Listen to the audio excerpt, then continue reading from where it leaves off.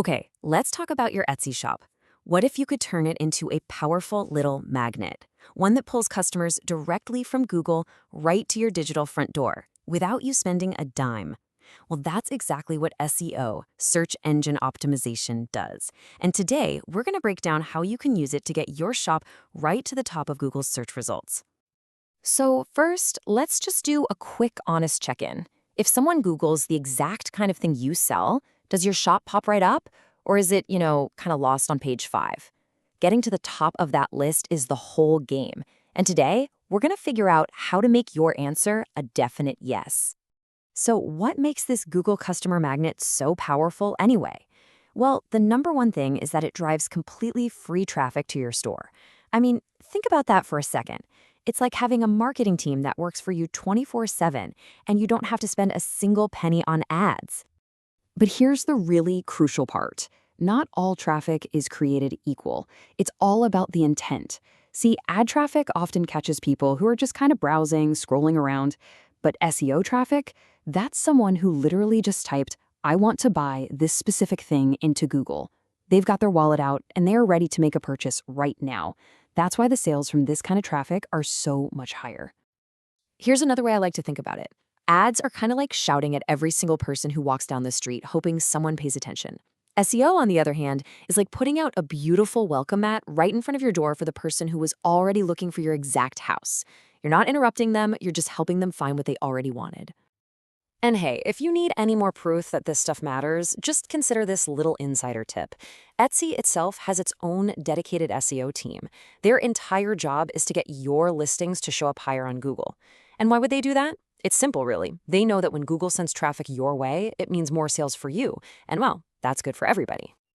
Okay, so how does Google actually manage to make sense of the entire internet? It helps if you stop thinking of it as a search engine and start thinking of it as the world's biggest, most organized digital library.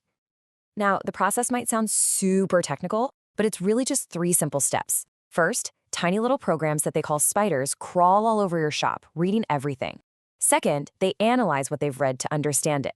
They're basically going, aha, this page is about hand-carved wooden chess sets. And finally, they index it.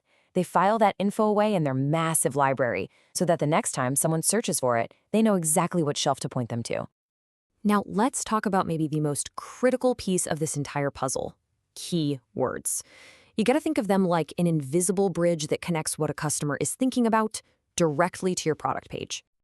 It's a beautifully simple concept, really. A keyword is just the exact phrase a real person types into that search bar when they're looking to buy something. It's like a direct line into your customer's brain. And this right here is where a tiny little shift in wording can make a huge difference. Someone searching for a handmade leather wallet? They might just be browsing. But someone searching for a minimalist men's card holder? Oh yeah, that person knows exactly what they want. By getting more specific, you attract a buyer who's way closer to actually making that purchase. And you want to know the best part? You do not need to spend a fortune on fancy tools to find these phrases. Google itself is your best friend here. You know the autocomplete suggestions that pop up as you type? Or those people also ask boxes? And the related searches way down at the bottom of the page? That's a total goldmine, basically whispering exactly what's on your customers' minds. All right, theory is great, but let's get down to the practical stuff. To really nail this, you actually need 2 different strategies. One for your main shop page, and a totally different one for each of your individual product listings. Think of it like this. Your shop's SEO is the big sign out front. It tells your brand's story, it sets the vibe, and it welcomes people in. But your listing SEO, that's like the tiny little price tag on a specific item, detailing its color, its size, its material. One is broad and inviting, the other is hyper-specific and all about the details. And hey, for your product titles, remember this magic number: 50 to 60 characters.